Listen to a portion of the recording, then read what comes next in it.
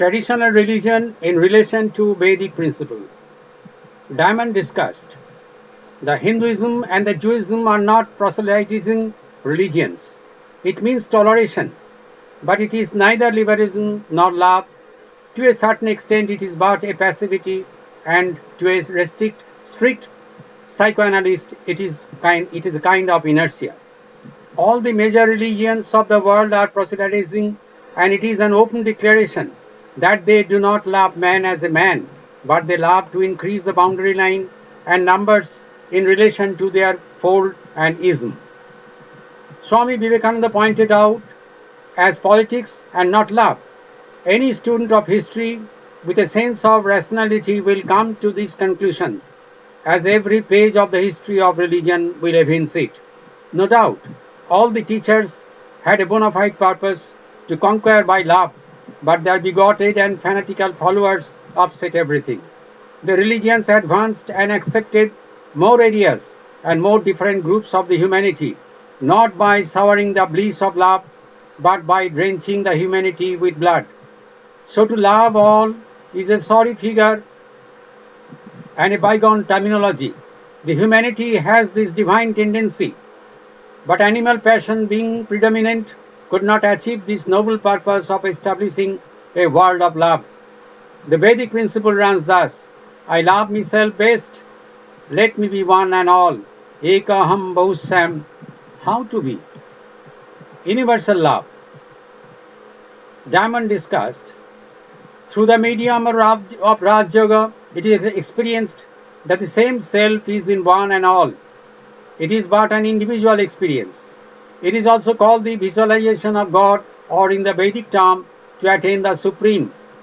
This Supreme Light walks and walks in a miraculous way through the agency of the five elements, making all one, with the attainer of the Supreme Light by replacing his self, his very identical form made of God's light within the hearts of a numberless people, evincing that oneness is love, and it has its realistic form like the sun in the horizon. Thus we find that the Vedic principle creates universalism, universal love, and proves oneness. May not only this, but it sets up a pragmatic proof of love, and this one is but a living self of love.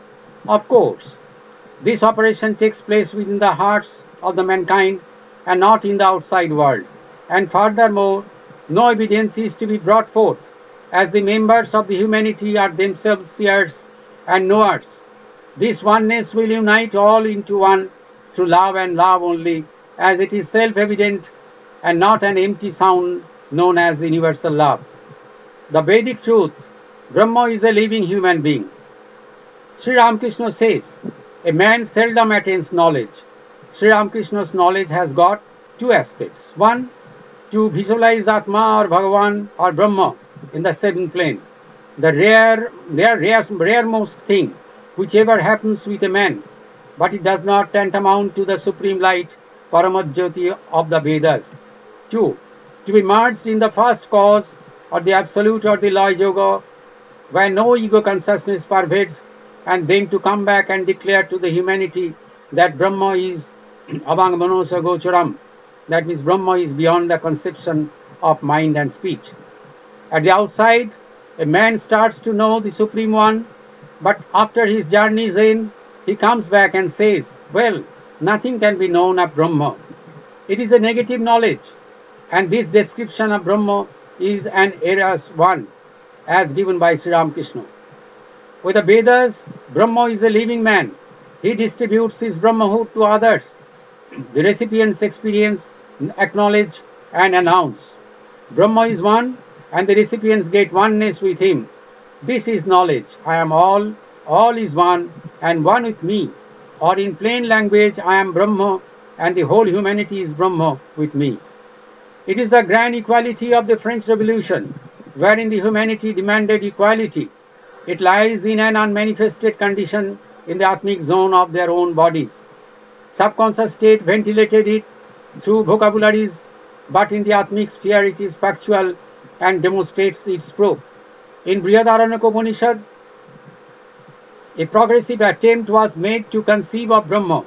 It was admitted that Brahma was to be found not only in the not self, but also in the self, that it was not only the essence of cosmical phenomena, but also of the organic and mental functions of the human person. This probably was an outgrowth of the microcosmic conception of an enormous human person. We find in Brihadaranyaka Upanishad where the great sage Garga said to King Ajatsatru of Benaras about Brahma thus: "The person who is yonder in the sun, him indeed I worship as Brahma. The person who is here in fire, him indeed I worship as Brahma. The person who is here in a mirror, him indeed I worship as Brahma. The person here who is in the body, that means Atman, him indeed I worship as God." The difference between traditional concept of Supreme One or Brahma and Upanishad. As Sri Ramakrishna says, no vocabulary can give expression to Brahma. This is an anti-Vedic description. The sophists did it to thwart the Vedic principle and thus to establish their superiority. Those who fail to real Brahmagyan or Paravidya or universalism with definite data and proof have recourse to this sophistry. They say that there are different schools with different opinions, and our Brahman or the Supreme One cannot be defined as he is anirvachanyam. That means cannot be expressed by words or avang manosa gocharam, beyond mind, words or senses. Every concession to the entertainers of this opinion, it is nothing but that Lord Yoga, where no ego consciousness remains, and an avatar like Sri Ramakrishna, after attainment of this stage, comes back. As Sri Ramakrishna further says, that an ordinary man never returns. It's simply and solely to announce a negative relation to the existentialism humanity.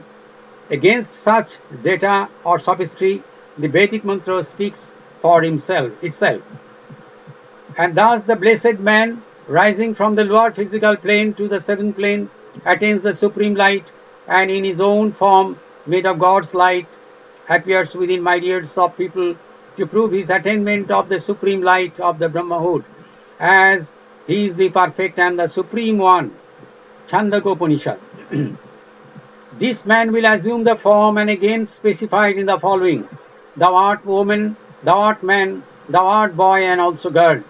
Thou art old man tottering with a stick, and verily thou art the whole human race. Shvetashvatar Upanishad. It establishes one and oneness.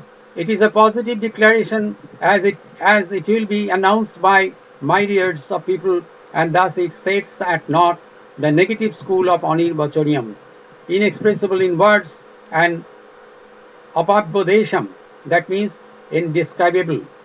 To live is the fundamental question of life, and let one live being one with all.